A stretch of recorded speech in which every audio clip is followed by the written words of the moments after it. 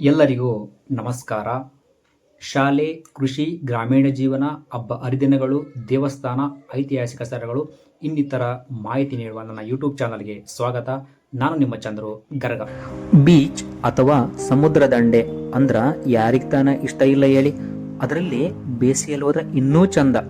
ಮಕ್ಕಳಿಂದ ಹಿಡಿದು ವಯಸ್ಸಾದರೂ ಸಹ ಬೀಚ್ ಇಷ್ಟಪಡ್ತಾರ.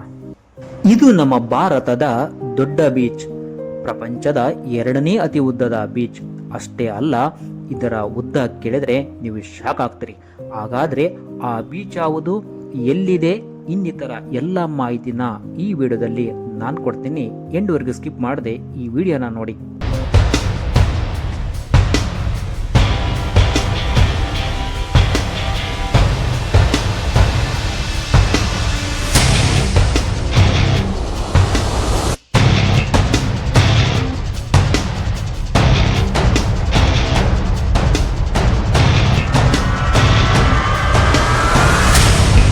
ನಮ್ಮ ಪಕ್ಕದ ರಾಜ್ಯದ ತಮಿಳುನಾಡಿನ ಚೆನ್ನೈಲಿರ್ತಕ್ಕಂಥ ಈ ಬೀಚಿಗೆ ಹೋಗ್ಬೇಕಂದ್ರೆ ಸಿಟಿ ಬಸ್ಸು ಡೈರೆಕ್ಟ್ ಆಗಿದ್ದವು, ಲೋಕಲ್ ಟ್ರೈನ್ ಇದೆ, ಆಟೋಗಳಿದವು, ಮತ್ತೀಗ ಮೆಟ್ರೋ ಸತಿಗೆ ಮಾಡಕತ್ತಾರ. ಇದು ಬೀಚ್ನ ಮೇನ್ ಎಂಟ್ರೆನ್ಸ್. ಇತ್ತೀಚೆಗೆ ಸುಮಾರು ಕಡೆ ಎಂಟ್ರೆನ್ಸ್ಗಳನ್ನ ಬೇರೆ ಬೇರೆ ಮಾಡ್ಯಾರ, ಭಾಳ ಚೆನ್ನಾಗಿ ಮಾಡ್ಯಾರ. ಒಂದು ಆಮೇಲೆ ನಿಮಗೆ ತೋರಿಸ್ತೀನಿ, ಬನ್ನಿ ಬೀಚ್ ಒಳಗೆ ಹೋಗ್ಬರೋಣ. ಈಗ ಬೀಚ್ನಾಗ ಉಸುಗಿರೋದ್ರಿಂದ ಬೇಗ ನಡ್ಕೊಂಡು ಹೋಗೋಕ್ಕಾಗಲ್ಲ. ಮತ್ತು ಇದು ರೋಡ್ನಿಂದ 200 ಮೀಟ್ರ್ ನಡ್ಕೊಂಡು ಒಳಗೆ ಹೋಗ್ಬೇಕು. ದಾರೆ ಹೋಗ್ಬೇಕಾದ್ರೆ ನಿಮಗೆ ಫ್ಯಾನ್ಸಿ ಅಂಗಡಿ, ಫುಡ್ ಸ್ಟಾಲು, ಇನ್ನು ಬೇರೆ ಬೇರೆ ಅಂಗಡಿಗಳು ನೀವು ಇಲ್ಲಿ ನೋಡ್ಬೋದು. ಹಬ್ಬ, ಅಷ್ಟು ಜನರು ಟ್ರಾಫಿಕ್ನಾಗ ಬರೋದ್ರಿಂದ ಸಾಕಾಗಿ ಹೋಯ್ತು. ಹೆಂಗೂ ನಾನು ನೀರ ಹತ್ರ ಬಂದೀಗ ಇಲ್ಲಿ ಅಲೆಗಳು ಅಬ್ಬರ್ಸಕತ್ತವು. ಆ ಅಲೆಗಳ ಅಬ್ಬರ ನೋಡೋದೇ ಒಂದು ಖುಷಿ, ಮತ್ತು ಮನಸ್ಸಿಗೆ ಹಿತ ಅನಿಸುತ್ತೆ. ಒಂದು ಸಲ ನೀವು ನೋಡಿ. ಈಗ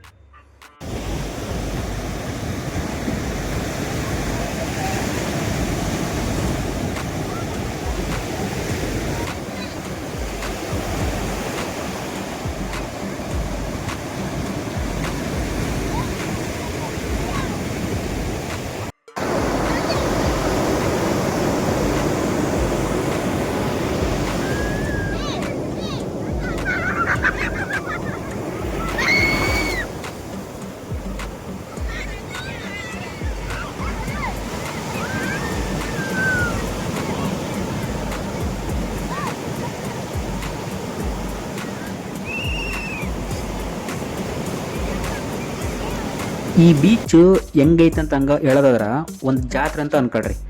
ಮಕ್ಕಳಿಗೆ ಆಟ ಆಡೋಕೆ ಆಟ ಸಾಮಾನುಗಳು, ವೆರೈಟಿ ತಿಂಡಿಗಳು, ಸೀ ಫುಡ್ಡು, ಗೇಮ್ ಆಡೋಕೆ ಗೇಮ್ಗಳು, ಕುದುರೆ ಸವಾರಿ, ಪರ್ಚೇಸ್ ಮಾಡೋಕಂದ್ರೆ ವೆರೈಟಿ ಕ್ರಾಫ್ಟ್ ಐಟಮ್ಗಳು ಸಹ ಇಲ್ಲಿರ್ತಾವೆ.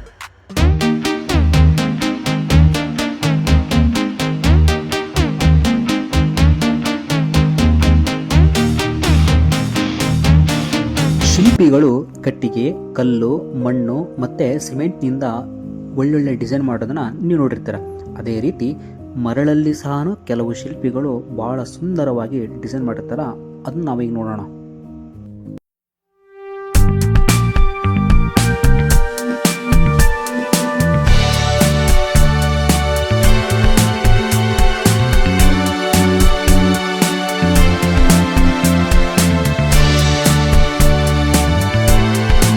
ಈಗ ನಿಮಗೆ ಅನಿಸಿರಬಹುದು ಈ ಬೀಚು ಅಷ್ಟೊಂದು ದೊಡ್ಡದ ಅಂತ. ಹೌದು, ಚೆನ್ನೈಲಿ ಇರ್ತಕ್ಕಂಥ ಈ ಬೀಚು ನಮ್ಮ ಭಾರತದ ಅತಿ ದೊಡ್ಡ ಮತ್ತು ನಮ್ಮ ಪ್ರಪಂಚದ 2ನೇ ಅತಿ ಉದ್ದದ ನಗರ ಬೀಚ್ ಆಗಿದೆ. ಇದು ಸುಮಾರು 13 ಕಿಲೋಮೀಟರ್ ಉದ್ದ ಐತಂತೆ. ಮತ್ತು ಈ ಸಣ್ಣ ಮರಳು ಐತೆ, ಅಂದರೆ ಸಣ್ಣ ಉಸುಗೈತಿ.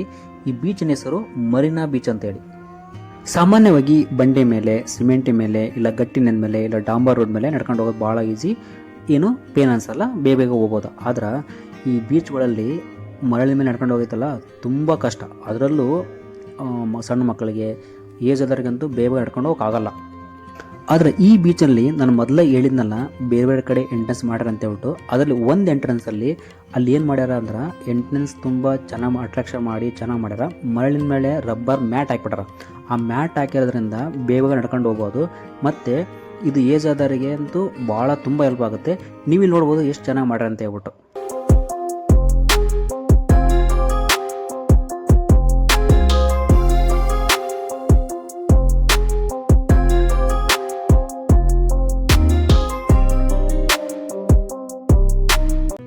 ಗೋವಾ ಬೀಚಲ್ಲಿ ಇದ್ದಂಗೆ ಇಲ್ಲಿ ಸತೆಗೆ ವ್ಯೂ ಪಾಯಿಂಟ್ಗಳು ಮಾಡ್ಯಾರ, ರಿಲ್ಯಾಕ್ಸ್ ಮಾಡೋಕೆ ಬಿದ್ರಿಂಗ್ ಚೇರ್ಗಳು ಮಾಡ್ಯಾರ, ಮತ್ತು ಸೆಲ್ಫಿ ಪಾಯಿಂಟ್ಗಳು ನೋಡ್ಬೋದು ನೀವು ಇಲ್ಲಿ. ತುಂಬ ಚೆನ್ನಾಗಿ ಮೇಂಟೈನ್ ಮಾಡ್ಯಾರ.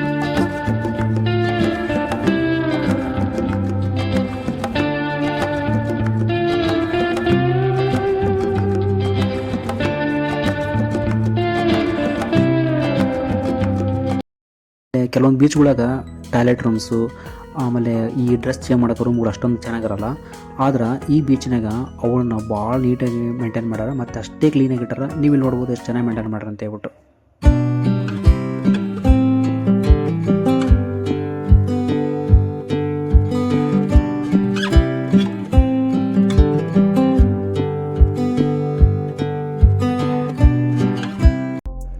ಈ ಬೀಚ್ ನೋಡೋಕೆ ದಿನಾಲು ಸಾವಿರಾರು ಜನ ಬರ್ತಾರೆ. ಲೋಕಲ್ದವ್ರು ಬರ್ತಾರೆ, ಪಕ್ಕದ ರಾಜ್ಯದವ್ರು ಬರ್ತಾರೆ, ಅಲ್ಲದೆ ಬೇರೆ ಬೇರೆ ದೇಶಗಳಿಂದನೂ ಇದನ್ನು ನೋಡೋಕೆ ಬರ್ತಾರೆ. ಬಂದರು ನೀರಿನ ಬಾಟ್ಲಿ ಅಲ್ಲೇ ಬಿಸಿ ಹಾಕೋದು, ಪ್ಲಾಸ್ಟಿಕ್ ಕವರ್ ಬಿಸಿ ಹಾಕೋದು, ತಿಂದಮೇಲೆ ತಿಂದರ ವೇಸ್ಟ್ ತಕ್ಕನ ಅಲ್ಲೇ ಬಿಸಿ ಹಾಕೋದು, ಅದನ್ನು ಮ್ಯಾನ್ಯುವಲಿ ದಿನಾಲೂ ಕ್ಲೀನ್ ಮಾಡ್ತಾರೆ ಇಲ್ಲಿ, ಮತ್ತು ಮಷೀನಿಂದನೂ ಕ್ಲೀನ್ ಮಾಡ್ತಾರೆ. ಹಂಗಾಗಿ ಇಷ್ಟು ದೊಡ್ಡ ಬೀಚ್ ಇದ್ರ ಸತಿಗೆ ನಮಗೆ ಭಾಳ ನೀಟಾಗಿ ಕಾಣುತ್ತೆ, ಚೆಂದ ಕಾಣುತ್ತೆ.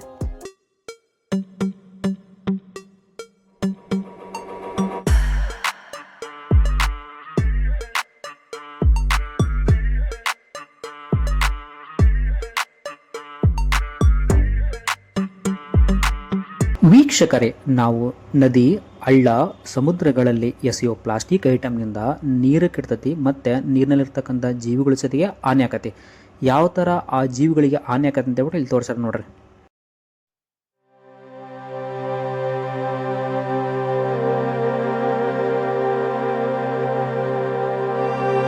ಇನ್ನೂ ಈ ಬೀಚ್ ಬಗ್ಗೆ ಹೇಳೋದಿದೆ.